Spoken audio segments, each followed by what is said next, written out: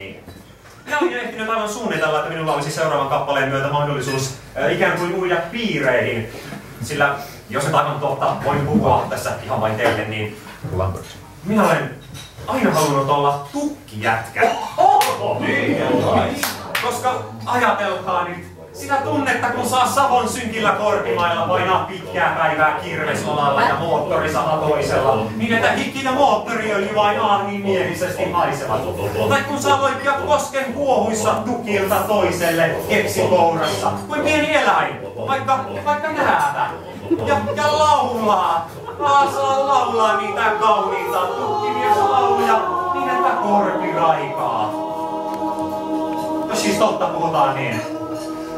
On mä tukkijätkä hoidan työt, kiskon hirsiä päivät yöt. Hän on tukkijätkä hoitaa työt, kiskoo hirsiä päivät yöt. Mä kaadan koon ja lounastan ja sitten kuuseeseen.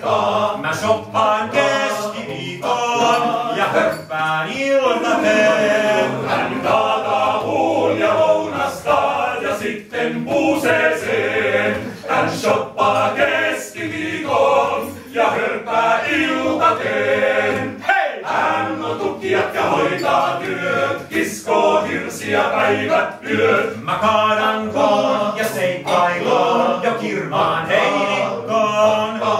Leningin saan niskaan ja syöksyn kampaamoon. Hän kaataa puun ja seikkailuun jo kirmaan heinikkoon. Kun Leningin saa niskaan ja syöksyy kampaamoon. Hän on tukkijätkä hoitaa työt, kiskoo hirsiä päivät yöt. Mä kaadan koon ja maalaan suun kuin rintaliiveihin. Oi jos vain tyttö oisin, niin kuin mun faijakin. Hän kaataa puun ja kaataa suun kuin rintaliiveihin.